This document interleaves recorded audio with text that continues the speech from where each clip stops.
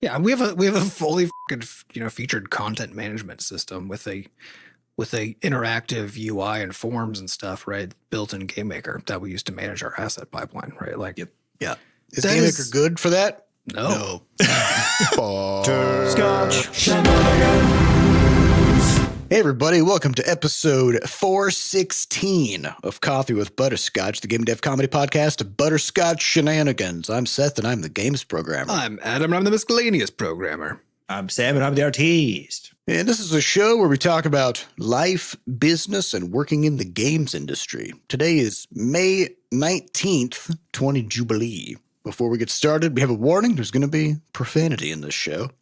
And we'd also like to thank our supporters over at moneygrab.bscotch.net, whose money we grabbed and then we crammed it into our mic tubes and blasted it out into our faces in shredded money confetti, which just helps keep us motivated to keep things going. Yeah, we don't actually use it. We just shred it into confetti. Yeah, we figure that money's imaginary anyway, right? So might as well take a shower with it. Yeah, everybody made it up. So you can use it as confetti. You can eat it. Yeah, just like our grandpa used to say, money's fake, use it as a shower. Money's not real, but it is a condiment. So you can pickle it and use it as a relish. I don't know if you guys can pickle anything. You can, yeah. Yeah. Now you really want to pickle the 20s because people say like $20 bills have a lot of like traces of cocaine on it. So yeah. That it's gives old, like it's like a 1920s recipe. Gives the recipe an extra kick. Probably all money has drugs all over it because, like, what else are you using cash for these days? Yeah, for real. Just drugs. That's the only thing. If you wanted to go back to the old Coke experience, the old Coca-Cola experience when it used to have Coca leaves in it, just take some $20 bills, soak it in that Coke, and I bet it would just dissolve it anyway, so that you wouldn't even know it was in there. That's and true. Then now you got Coca-Cola eats like everything. Now you got some old school Coke. I wonder if you put Wolverine in a bottle in a 2 liter, if he would just melt. I think he would just come out and just his adamantium skeleton. Yeah, he'd grow back though. He'd grow back because he always grows back. There's nothing. He can get shot in the brain. If I remember my movies correctly. Yes. He can get shot in the brain and die, and then his body's like, well, technically we're dead, but we're going to go ahead and just squeeze this bullet out, and then you're alive again. Which is weird. That's a good trick.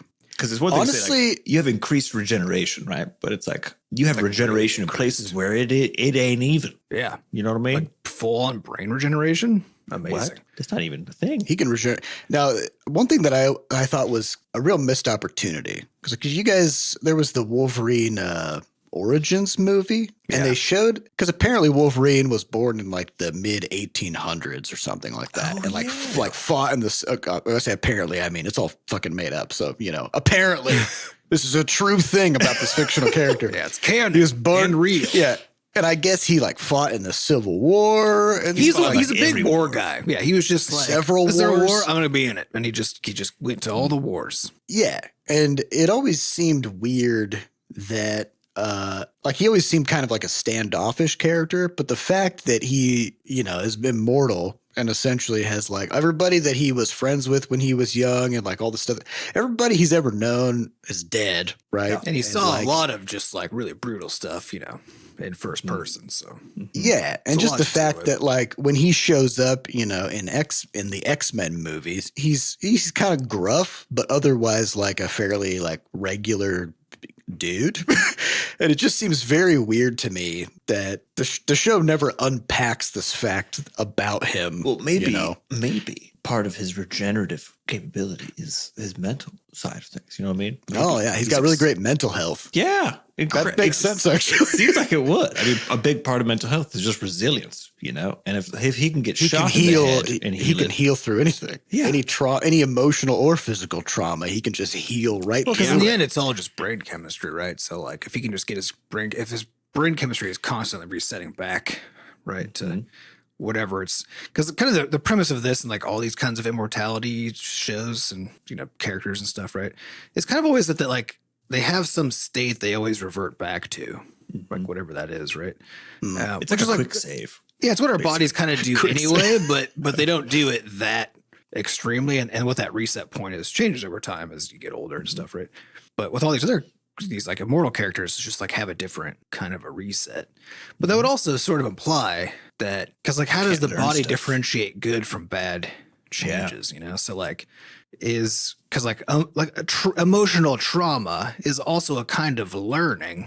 You know what I mean? Like changes your brain chemistry, changes like some of the structures in your brain. That's true. And then, you know, learning is also a kind of learning, right? Where it changes your brain chemistry, changes structures of your brain. Can Wolverine do math? Is that what you're? Is that Yeah. your So question? can he like Can he count how many claws he has? like whatever his education level was? It's a good thing he was an adult when he got. Right. So it's like he can't learn because his brain cannot forge new pathways because it always change. heals back. But also he can't gain muscle, right? Because that comes from like the repair of damaged muscles and it changes them. So really he's just kind of like a dumb, static being who can never learn or grow in any dimension. Yep. I mean, that's what it should be. That's a much less interesting character, though, because you can't get him to do anything or learn anything or go anywhere. He could just still, kind of he could exist. still probably tell some fun stories with that, though. You know. That's honestly, though, kind of a horrifying existence. Oh, yeah, right? it Where is. it's just like he's immortal. He can't die, but also he can't live. Yeah, It's like being that one, like a tortoise. You know, I mean, they live for like 200 years, but they don't really do They're just chilling. much. Not They're just torting it torting up. for 200 years. All right. Well, anyway, you guys, let's go on to some questions. Yeah, let's go. Now, there is some industry news, some stuff that happened with Overwatch 2 this week, but we're kind of letting the dust settle on that because emotions are high. Not our emotions, but you know, Yeah, the I didn't even know about emotions, the emotions out there on the internet, and you know, objective fact reporting tends to come about a week afterwards for most things. The gaming community is not known for being level-headed, I think, is a fair statement. Yes. Yeah. So we'll just let that one sit and we'll just, you know, if it turns out to be an interesting story with some lessons in it, we'll talk about it next week. And if not, well, then we won't. Yeah. So Yeah. let's get on to questions. These questions come from our listeners over at podcast.bscotch.net. And the highest upvoted question comes from BscotchKarl, who says, how do you measure your self-worth and daily accomplishments? I can clean the whole house, do the laundry, work my hours, cook dinner, mow the yard, and organize the basement all in one day. But by the time the kids and my girlfriend get home, I can't remember a thing that I've done, and I feel like I've done nothing all day. How do you acknowledge and convince yourself that by the end of the day, your day was worthwhile? Yeah, so this was the one that we answered last week in a failed initial podcast recording because Mike wasn't actually on. I mean, anything could have happened. It was mistakes were made. Mistakes were made. It was We're not blaming anyone in particular. was- it was gremlins. Since Mike wasn't on, and then you're like, anything could have happened. We don't know whose mic was or wasn't on. But we don't know who prevented it from being turned on, right? I'm assuming Yeah, it was yeah, me. house It could have gremlins, been. right? Honestly, yeah, I've been trying to sabotage this guy for a long time. Yeah. That was my Yeah, the most important thing is that we, you know, as a team, kind of learn from whatever happened and move And it is forward true. stronger. That when somebody fucks up on a team, the team fucked up, you know? Yeah. So Yeah. that's Blame is shared. Credit just, that's just life. Credit is mine, Yeah, and mine 100%. alone. That was a real good podcast. Yeah, I was hoping that I would have forgotten enough of like answering this question after a week had passed. Like I don't remember exactly what my answers are, but I feel like the same pathways in my brain are activating again. You know, I mean, that's Perfect. good. And we'll That's just, I we was just hoping it rehab would- the. but yeah, it was one of those because then I always feel like I'm reading something. You know, if I Am I like crazy. yeah, if I have to like think through. But anyway, I was just giving that heads Yeah. up in case like So for some I'll reason kind I of- go off the rails here. You know. We always All right, start so with a yeah, different I'll person. kind of Except you go. I'll kind of kick us off with like a little kind of breakdown of the question, and then we can kind of go from there. So Carl's talking about is basically I think it's kind of like two different aspects of this question. One is that he's talking about like all the stuff that he did in a day, but then afterwards he can't quite remember all the stuff that he did because he was just kind of bouncing around, and then it's kind of hard to feel like you actually achieved anything because you know Because you're blind. the things that you did are like oftentimes things that you always do a lot of, or you were planning on doing, and they don't seem noteworthy, right? So you're not like keeping track. Well, of and them also all so stuff. much of doing things is making it so that problems no longer exist, right? So when you're looking around, you'd be like, "What did I do today?" And all you have available is the absence of problems. You know, you can't see that you did something. It's just It's very much like the garbage collectors were on strike in Paris, right? And like all of a sudden you realize, wow, these people do a lot and it's incredibly important. But when it's being done, then it feels like literally nothing is happening because nothing is happening because the streets aren't filling with garbage. And that was the whole point of it, you know? Yeah, it's like So there is security that- and IT and all these things, right? Like, Yeah. you just can't tell. So there is that dimension to it. So there's some strategies that you can use to kind of feel like when you're looking back at your day or your week or whatever, that you can, feel proud of what you did. What ends up being primarily a visibility problem, right? Like first and foremost, which is there a place where you are noting the things that you're doing while you're doing them where they don't just disappear? So I know a lot of to do applications and stuff like that. If you're keeping track of stuff on your phone, when you check something off, it's gone. it just goes away, which is great if you're, if you want to kind of have like a clear deck. But oftentimes, I know for myself, I found that I like to keep the stuff that I've done today visible. Actually, like, depending on how I'm working for the day, I might have even just like a sticky note or something, right, with some of these to-dos, and I just cross them off. I don't like completely scrape them out, just gently, so you can still see that you did the thing, right?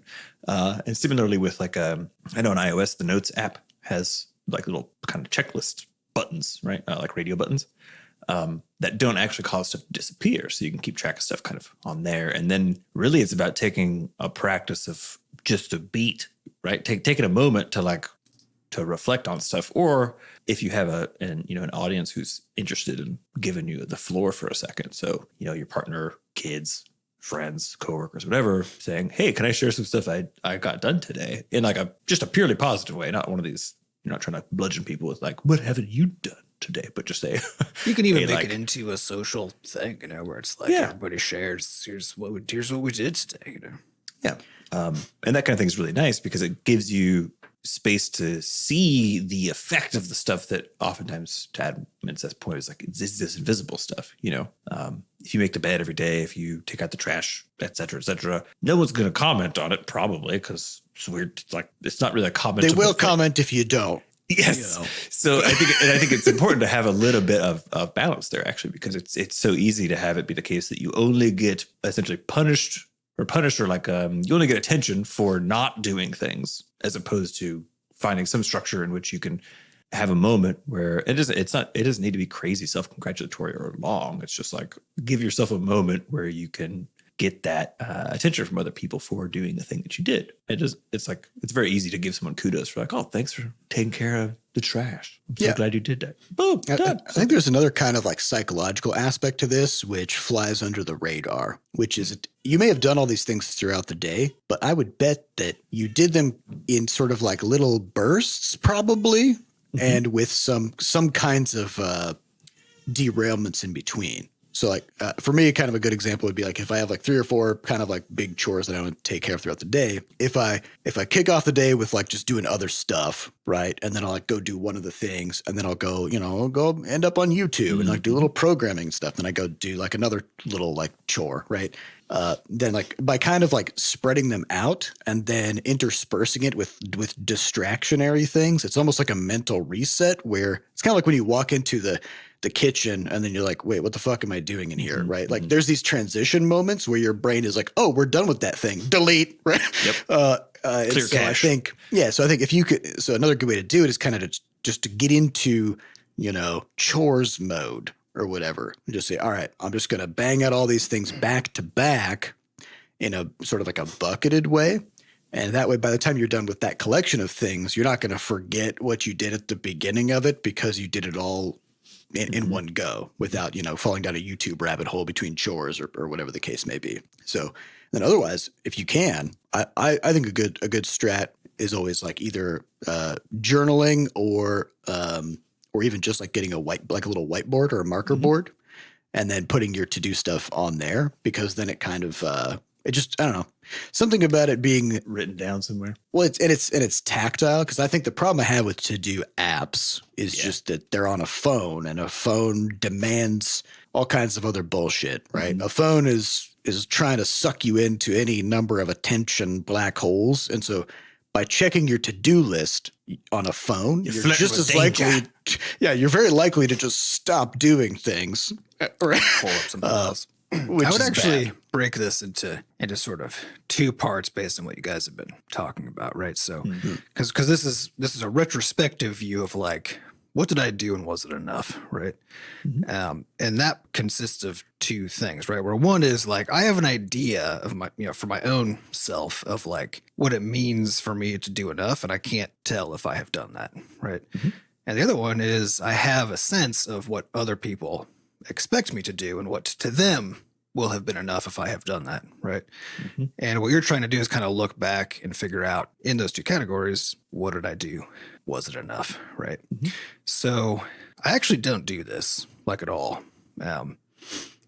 It's probably partly because I don't remember anything, so it would be a useless exercise to even try, So over time, my strategy has been a purely present and future focused one, which is I look at, so for the question of like social responsibility, I actually look at what other people are doing, right? So like at home with like home chores and stuff, I look at what my wife is doing when she's doing stuff. I'm just evaluating her constantly and thinking, oh, should I have done that instead? Right? Like that kind of thing, right?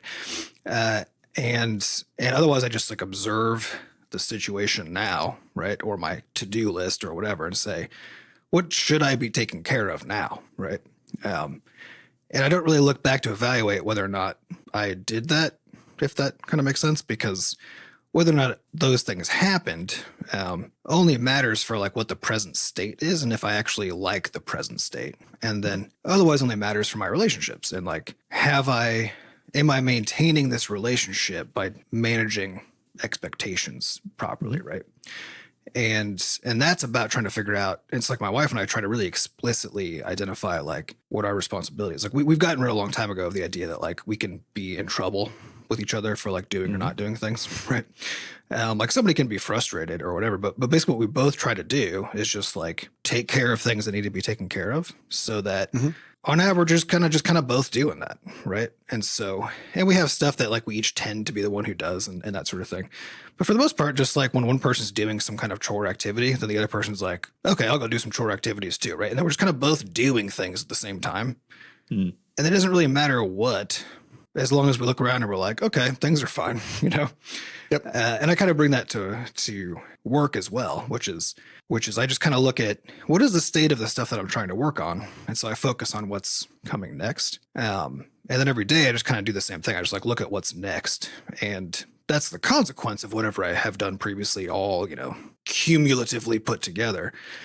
But since I can't really remember at all how it all came to be, then the effort of like even trying has sort of evaporated, right? You're I'm just basically like trying to say that this whole question of the worth aspect, right, which is largely based on the idea of doing stuff is what earns your worth, right? Yeah. That one, it's a complicated way to define your self-worth because it makes it very able to be either essentially let's see, like if you have a friend who needs a lot from you in this particular case, right? Then you would always feel a sense that you're not measuring up. Yep. Yeah, because a big part of it, and we're social creatures. It's not like wrong. It's just the case that the people you're with, like defining their expectations, knowing what they need from you, whatever else, is a big part of figuring out how to function in a crew and like do everything together. So it's not necessarily the case that you can't or that you shouldn't take into account those expectations. And like you were saying with Jenny, like knowing what the other person needs to have happen in a particular space, whether it's your house, your yard, how often do we like to have the yard mowed, these things.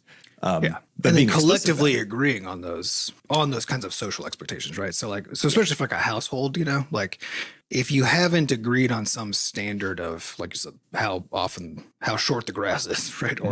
Or how clear the sink is, or like these kinds of things, right? If there aren't agreed upon opinions about what that is supposed to be, then everybody is always not measuring up, right?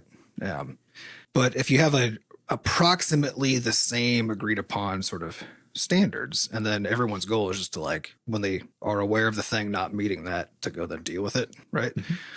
And everyone is actively like in good faith trying to pay attention and trying to do that. Because the other thing too is like, for my household, like we are an ADHD household, right? Like ADHD autistic household, just like through the roof, so much ADHD and autism going on, right? That we just don't like. At some point in the past couple of years, we were like, we shouldn't be trying to follow like what everybody says your household is supposed to be like, right? Like you figure out how to It's manage your it. household. it's our house, it's our relationship, right? And that was a lot of what, like, we just have clutter, right? Like we still keep the house clean, right? More or less. But it's cluttered. There's like stuff, there's like little piles of things everywhere, right? Because this is like a classic ADHD house when you have that, right? And for a long time, we were kind of like both upset about this, but we were both doing it, right? Which is actually You were upset about it though, but not because we're like you upset didn't with each like other's it. piles, if that makes sense, right? And that was like kind of the realization. We're like, we're both doing this. What fucking right do we have to be like constantly? Well, as George Carlin once said, you ever notice how your stuff is stuff, but other people's stuff is shit? Yeah, that's exactly. It's like, hey, get your shit out of here. I got to put my stuff here. Yeah, and in our case, it's easier because we actually both have similar brains, and actually so much of what we thought we were supposed to be doing was defined purely externally, not by like our own opposing, internal states. And for people who aren't kind of by default on the same page, that makes it harder to notice this stuff where it's like identifying what actually does matter, right? And what doesn't, and trying to figure out, it's all about trying to figure out who people are, trying to meet them where they're at, right? Because if none of that is taken into account because there's some other externally defined set of benchmarks that you're going for, then it's kind of always the case that even when people are doing their best, right, as in like acting in good faith, like an ADHD person doesn't see piles. They're not there, right? They just aren't there. So like you can't try to keep things tidy because you literally don't even notice. Because like to you, tidy means there's a pile. Now it goes away from your brain. You don't see it anymore. Unless you go into some kind of hyper focus mode, and then all you can see is piles. Oh yeah. And then you just clean the shit out of the house. And then you clean the entire house for 3 weeks nonstop, which I have done. I think the big part of this, though, when it comes to that whole idea of this self-worth aspect and the enough aspect, comes down to something we've experienced actually in the studio quite a bit, which is that I think maybe the first couple of years when we were all working together and stuff, and we didn't have a lot of production practices in place, and so we didn't actually have a sense really of we didn't have a measurable sense, I would say, of the true mountain of work that was left on any given project, on any given particular piece of the business, whatever else, because typically we had such lax kind of visibility on these things that we could just see maybe the next thing, and that was it. And then otherwise we were just like, well, I mean, it'll come up when it comes up, but that's kind of whatever.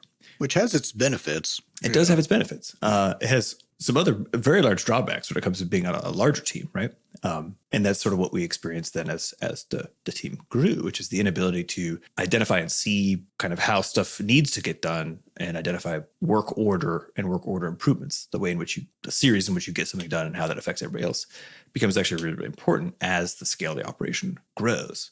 But it does do this thing where suddenly you can see actually how much work is left at all times. And you start noticing that anytime you finish a piece of work, not just one piece of work might fill that void that you created, but actually sometimes entire giant new projects, new 100-hour things. There's just work. The way that I talk about this is just your to-do list until you die is infinitely long, right? And you're going to hit by the time you die, you'll have hit like some point along this infinite list, right? But you're still infinitely away from the possible end of where you could have been had you done things differently, had you done things faster, had you done blah, blah, blah. And every problem you solve just changes, like it just moves the problem domain into a different space. Yeah, so it just doesn't make sense to evaluate your current moment based on a metric that is like represented by how much you did of something, right? Yes. Yeah, well, this is why I focus on just like what is the current state, right? And is that fine? And if not, what do I do about that? What do I do about that? And how do I? And this is why I focus on like my moment to moment work, right? And my moment to moment, how do I approach things and process improvements, all that kind of stuff. Is so that I can get better and better in the moment of when I see that something isn't the way I want it to be, of getting that dealt with quickly so that I can then, move on to the next thing. I think that if there is some anxiety, on Karl's part about where that line is, right, of where have I completed enough things for the day where it's like I've sufficiently kind of filled up the bucket for myself, for my my team, my family, whatever. It's something you make up. It's something you make up, but it has to. But this is the thing: is it has to be agreed upon by the people who are affected by the stuff that you do. Yeah, right. Yeah, because if you're doing like towards some invisible benchmarks that you think like your spouse or family expect or whatever, and it's not agreed upon, that means that they can't possibly know what you've been doing because they don't even know what you think you're supposed to be doing, right? If you're evaluating based on if you're evaluating based on how you think they're evaluating this stuff, right? Well, I would argue that that's probably where most of it comes from. Yeah. Oh yeah, definitely. Your sense of self. So I want to kind of like dig into just the framing of the question in general, which is just that, how do you measure your self-worth and daily accomplishments, and how do you know that your day was worthwhile? Yeah. So implicit in that is the idea that you can have a day that wasn't worthwhile, that you can have a day that wasn't worth living through, right? Which I think is not like, I don't think that's a thing. Or where you did a bad job and that's bad. Yeah, right? You were worth less. Like I have many, many days, as many as I can possibly squeeze in, honestly, where I don't have any daily accomplishments at all that would sort of like fit under the classical, like how many weeds did I pull in the yard? Did I do, how many dishes did I, where like I'll get up, I'll take care of like just, basic stuff. And then I will go gaming for like as long as I possibly can. But it's so clear, like as you're saying this stuff, right? Because I was a parsing the words coming out of your mouth, like just how arbitrary the distinctions are, right? Because you're like exactly, because I'm doing all kinds of stuff. I'm accomplishing all kinds of stuff in like this game with my friends and stuff. But also you're talking about like measuring weed polling as like number of weeds. It's like how you measure your accomplishment of like how good of a chores job you did, right? Yeah. So the real question is just, how do you feel, right? Like, are you feeling good about how things are around you, et cetera? If so, then you don't have to do anything about that stuff, right?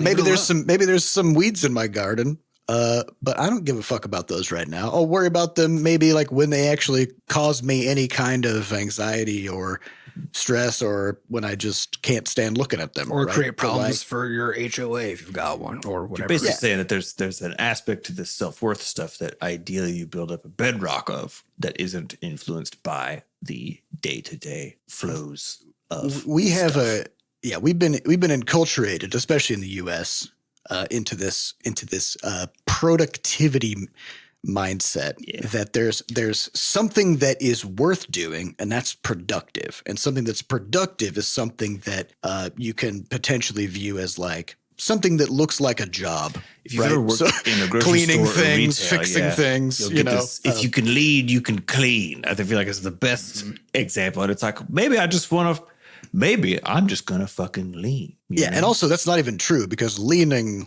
takes very little energy, and cleaning, takes a lot. Yeah. So it's an encapsulation of the problem, though, right? Which is like this idea that if you have the ability to relax, then actually what you should be doing is not relaxing, or by someone else's standard. You know what I mean? Yeah. It actually reminds me. I think one of the greatest YouTube videos of all time is the College Humor CEO of Oreo video. Yeah. Okay. Because this, I think, encapsulates. Although I do have a bone to pick with its core thesis, but that's fair. But basically, the premise of the video is that the CEO of Oreo is coming in to shoot a promo and talk about all the new flavors of Oreo that they've made, and he's becoming increasingly upset because apparently all these people working at Oreo keep inventing new flavors of Oreos, like Halloween or birthday cake or whatever, and he's like, stop working. We've invented the perfect cookie. It's amazing. It's a money printing machine. And they're making Oreo. And at one point, somebody's like, "Well, can you at least just like record the lines, because people worked really hard on coming up with these new Oreos?" And he's like, "Why? Why is everybody working so hard? Like, we're done. We did it. We solved cookies, right?" Move on. Don't even stress about it anymore. But we have this idea that like we have to be doing stuff that looks like quote work in order to feel like we did something worthwhile, or that you are worthwhile. Importantly, it's the moralization of the stuff that you do, right? Yeah. And to me, like if you want to be taking, and there is like there's a need to do some degree of convincing yourself to do things that need to be done, right? You have to have some mechanism for that. And I think there is like the only place that I see for myself personally, like a moral component, is basically about my willingness to do things that need to be done, right? Because I want to be the kind of person that when a thing needs to get done, you can count on me to do it, right? Like that's the kind of person that I want to be, and that's what I then try to be, right? But the part then that you get to play with is the question of what does it mean for something to need to be done, right? Because this also comes down to, like, we're talking about evaluating things, right? And it comes down to the relative importance that people try to put on stuff. And it's something that I've also talked to people in the studio a lot about, right? Is basically like how important a thing is measured not by what it is, but how much it needed to get done. That's the importance. Or in some cases, just who decided it needed to get done and what consequences will they deliver upon you if it that's now but that's part of what defines the needs to be done, right? But because so much of that is actually external anyway. Like very little of what needs to be done is defined by you, right? But in the spaces that you control, those should be defined by you and the people who you are accountable to and who are accountable to you in turn, right? Is you shouldn't be off on your own being like, okay, well, I've decided what all the important things are, right? Or handing them down from above and being like, hey, spouse, hey, whatever, right? This is all the stuff that has to be and exactly how it has to be, right? So that's how you measure your self-worth, right? Like that's that's not where you have the ability to manage identifying what actually is and isn't important. Then you need to don't make that be an implicit undertaking that you just have, where you're then just constantly guessing and wondering, did I do enough? And especially while that's being tied to your sense of self-worth, right? Did I do enough? The answer is always no. No, you didn't do enough if you're going to be on the infinite checklist of life. There's no such thing as having done enough, because there's always infinite more stuff to do. Yeah, but I will say, as kind of a final note on this, that people always talk about how in retrospect, as you get much older and you're looking back on your life, the kinds of things that you wish you had done more of and the things you'd wish you had done less of, right? And so many of the things that come down to this sort of like productivity checklist mindset are very often the things that people look back and like, I really don't think I needed to spend all that time doing all that bullshit. Like, I wish I would have like wrestled my dogs more and like hung out with my kids more. Yeah. Well, I think that's the sad part to me, which is that the reality is that you're a person first. You're a human animal. Okay. You're an animal, a social animal. So give yourself, the time that you would give an animal to be an animal of whatever kind it is, without weird expectations of it somehow, I don't know, solving puzzles and like, putting stuff. It's like you get to be just what you are also, You don't have like your dog going out and just like laying in the sun and being like, fuck yeah, this is fucking great. Right. And then your dog doesn't come back in the house and be like, man, was my day, was this worth it? Yeah. You also, did I really contribute? You don't judge your dog by that either. You're like, oh, what a good dog. Just fucking vibing and just being a good boy. Or you right? go, You're like, big stretch. Say that to yourself sometimes, because that's the reality. It's like if you can't, I think you got to develop the ability to do that, which is to separate that sense of self-worth from production, basically, and recognize that a lot of the worth is just in being a person, doing person things. And I just like take the concept of worth out of it. Like, to me, it doesn't apply, right? There's just you just do stuff. You're just alive. You just get to be. You just get to exist. But when it comes to the fact that we live in a society, right? Stuff's got to get done, right? And you live with other people, probably, or at least you have relationships with other people. And that comes with all these sets of like handed down from societal above expectations that everybody has put on you, that you've put on yourself, and that you've put into your context. And I think the core answer to this question is that you need to sit down and try to figure out, what are all of the expectations that I believe are on me? Mm-hmm. Where are those coming from? Right. And what are the expectations that I have of the people around me? And also my environment, right? And where are those coming from? How much of these do I actually care about, right? And the fun answer here is almost none of them, and it will turn out once you put that list together. And now, how do I sit down with like the other people in my life to whom, again, I'm accountable, or I think are accountable to me, and like compare these lists and actually just figure out what actually is important. What do we actually want things to be, right? And then how do we try to figure out how to just acknowledge all of this and manage it, right? Yeah. Yeah, because these expectations also, like whether or not we agree with them, we inflict them upon other people too, right? Oh, because yeah. like one of the things that you always hear about people complaining about for their workplace is the kind of bullshit like the surveillance mindset that a lot of companies have, where they'd be like, we're gonna put a tracking stuff on your webcam while you're working from home, and if you're away from your computer for more than a minute, we're gonna penalize you somehow, right?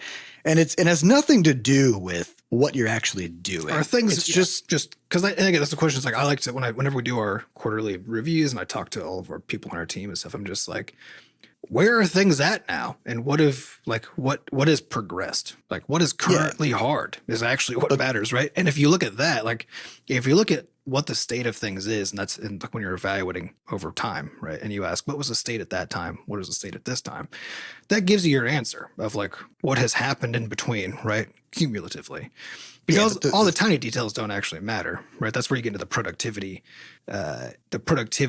sort of grind set damage where like the little details don't matter actually, right? And if you're trying to measure those, that's where you get lost and you lose the vision of what actually is truly important. Yeah, but there's an inverse aspect to this, which is not about measuring all the little things that are happening, but about just feeling like it has to look like things are happening, right? Yeah. And so again, that's about your expectation management with other people. Yeah.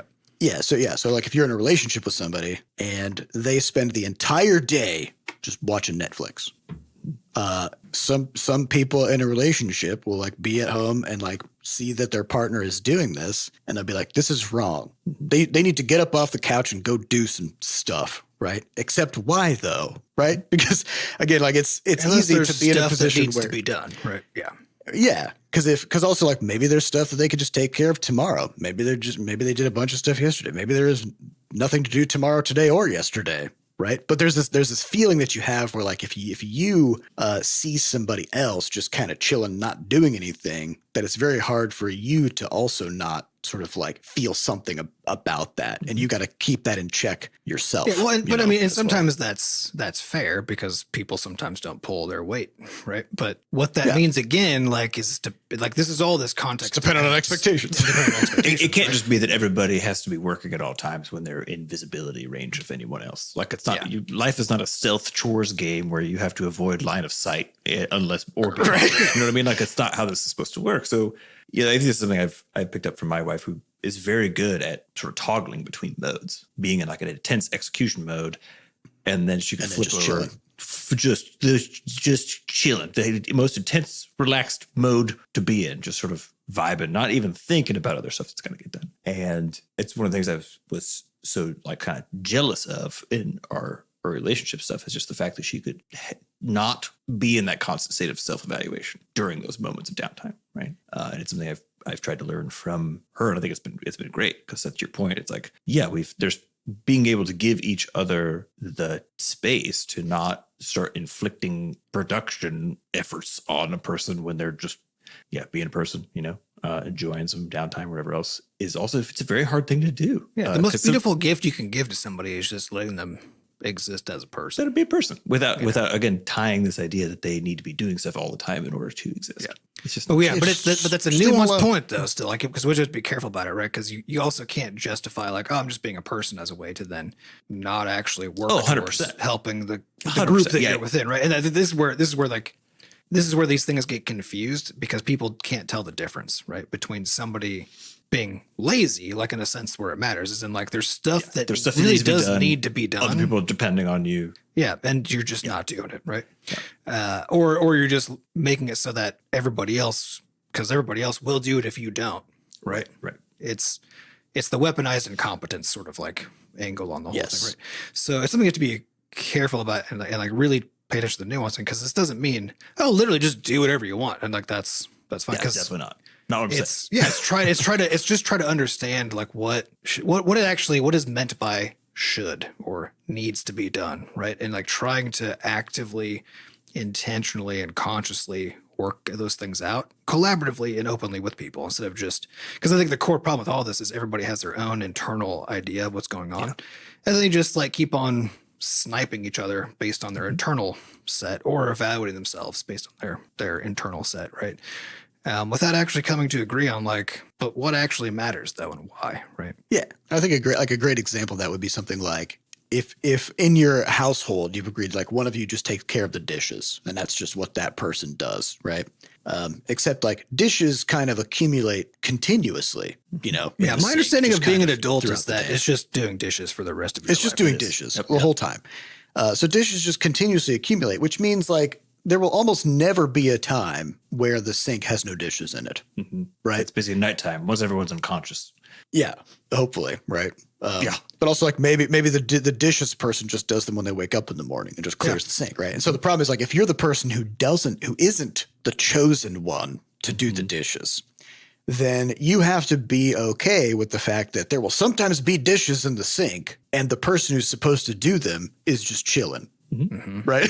They're just reading a book, watching a movie, right? And it's like you've got to adjust your framing of like the urgency of or importance of things that need to happen and be okay with like letting the person who's in charge of it handle it. And if it reaches a situation where it seems like to have violated some norm. Some rule, some norm, then you talk about it, right? But there's also where the risk, like when you have a dedicated chore person for a particular chore, right?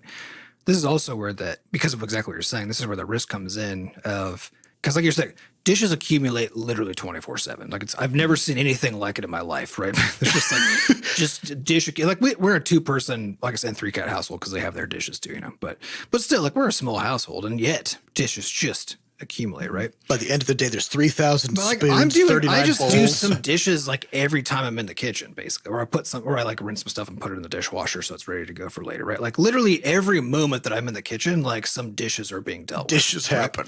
And this is and my wife does it too, right? And I kind of used to be the dedicated dishes person, right? But the net effect of that was that stuff exactly like you're saying. Like sometimes my wife would be like, I don't really understand what your system is because like you've basically decided, because like I decided I was the dishes person, right? So she's like, you basically decided that you're the dishes person. And yet sometimes I come in to like go cook something or whatever.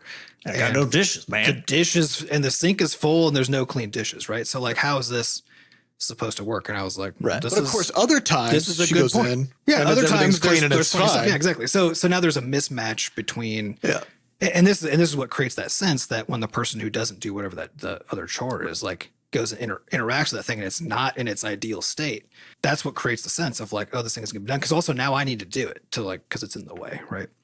So what we try to do is basically mostly just put it on like a on-demand system. It's like an if you see something, say something system, right? So like if I throw some clothes into the laundry basket and I'm like, oh, this is looking full, then I have to go do the laundry, right? Or if I'm out of some clothes that I want, like go do the laundry, right? And my wife does the same thing. So on average, like the laundry gets done. Probably one of us does it more than the other because we have different thresholds for where we choose that, right? But neither one of us is ever like, oh, fuck, why didn't the other person do the laundry, right?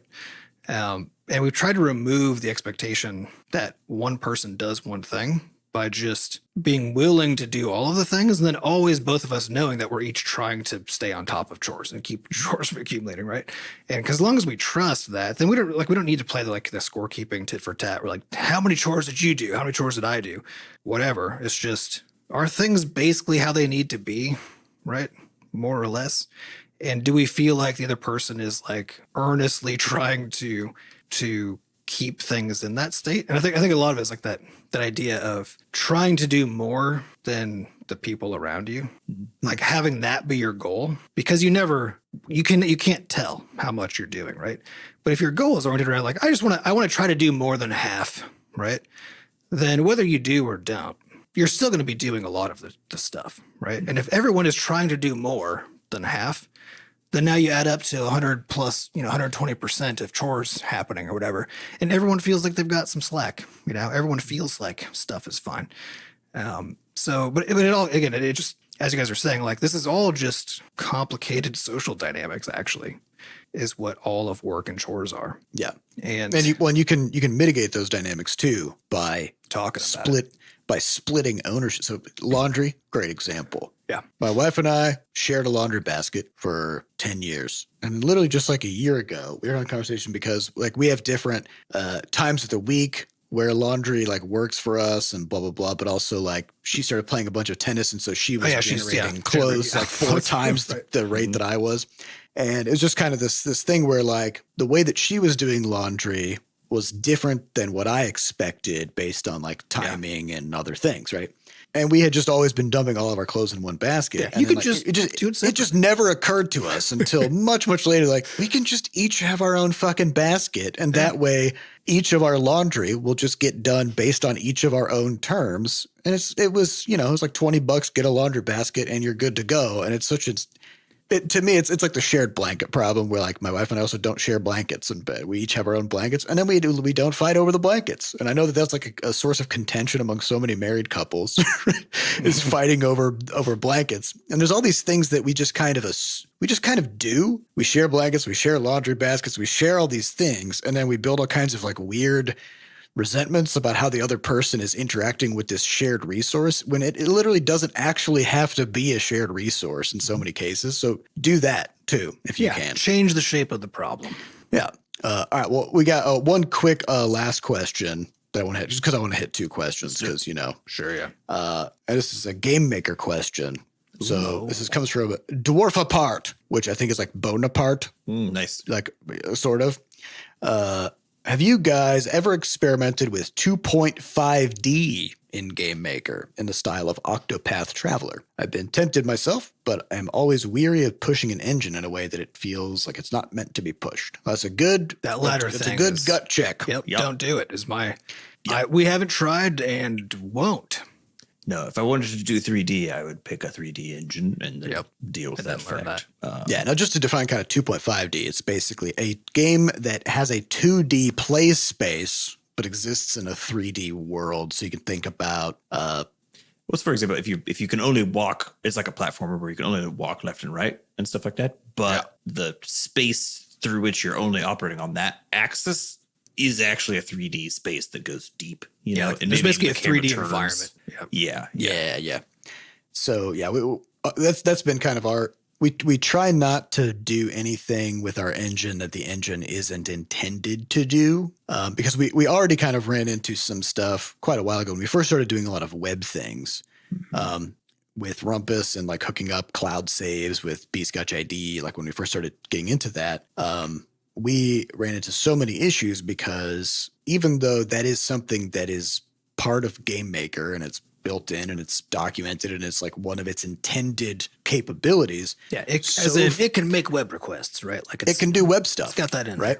there. Yep. But so few Gamemaker developers actually were utilizing those web requests that they were generally under tested and on most platforms and had a lot of just like strange behaviors and bugs and broken things platform by platform that nobody knew about until we started doing it and found them. And then we reported them. And it was kind of like a running joke in our studio for a couple of years that like anytime we wanted to get a game onto a new platform, there was this several month period of us finding all of the HTTP bugs, all the edge cases before we could actually do anything. Right. That's all been resolved. And like the Gamemaker team has done a great job of, responding to those things, but it is kind of that downside of doing something that is less common with a game engine. Just because that's like those things are, as far as like where they sit in the puzzle of like how your whole scope of your game, right? If you're talking about like doing 2.5D, that's the basically operating within a 3D environment in a 2-dimensional way is the foundation of the entire game, right? Yeah. And so built into the entire design. Yeah, there's certain things where it's like you can choose to continue using the engine you're using, knowing that there's going to be like a tricky piece in this case with us. Like, oh yeah, so we know that these functions are essentially web stuff is an add-on sort of. A little rusty, yeah. But that's a piece of the game. That's a small piece of the entire game, and so it's one of those things where it's like, okay, the benefits are still very much worth it in terms of the fact that that's going to be a harder thing to slog through. But I think foundationally, if what you're dealing with is you want to do a 2.5D thing, then choose an engine where that big sort of underlying core functionality of the entire game is very well supported and easier to work with, because otherwise you're fighting an uphill battle for every single thing you do versus fighting an uphill battle for like this one weird specific thing. Yeah, unless your goal is specifically like, I think it would be fun to figure out how to do 2.5D in Gamemaker. If that's that literally is Go your for goal, absolutely have a blast, right? Because kind of going back You to our definitely can. discussion, like you can do things just because you want to, you know, right? Yeah. But if it's a good idea, if you're like trying to make a game to sell to people or something, right? So that's where I would say no. That's probably not. I mean, we knew a guy who made a 3D 3D graphics pipeline in Excel, where it used cells as pixels, right? And then it was like a 64 by 64 grid, and then formulas and scripts running on other sheets basically dictated the rendering pipeline. And so you actually had a sheet in Excel. What was the frame rate on that thing? It was pretty good, actually. Yeah. It was like in the 20s or something. Shit. That's wild. But, you know, it could render just like some basic polygons or like a sphere and stuff like that, you know, and it could like move the camera around, you know, and it was a legit like 3D renderer in Excel, like, right? So like you can, and honestly, like that's a fun, that's a challenge, very cool right? thing to have done, right? And that person probably learned a fuckload of stuff about Excel and graphics pipelines, right, to do it. And so it was probably worth doing, right? Yeah. But if the goal was to, you know, make it, But it's not worth anything to anybody else. exactly. Right? Yeah, And, it's like, not worth anything right now. You know what I mean? I think that's the thing. It's like if I were to do a 2.5D thing in Gamemaker, you're gonna learn a bunch of really cool stuff that you can take into definitely any other project, right? To add some depth, to do all sorts of funky stuff, because most projects don't take advantage of Gamemaker's 3D capabilities. So that does give you an edge, you know, for those things later. But I think again, it's for those smaller things probably later, not for like an underlying system if you're going to do it right now. Yeah. And honestly, if you're doing it as a hobbyist, like, do what the fuck you want. Like, do whatever's fun. Hell yeah. Right? If you're doing it, for hobby stuff and for like learning stuff, you should do weird stuff like that. do Because as much weird shit as you can. that's where you learn the most is when you're operating kind of against what a thing's intended use is, because then you move all the way into the edges of like what's possible.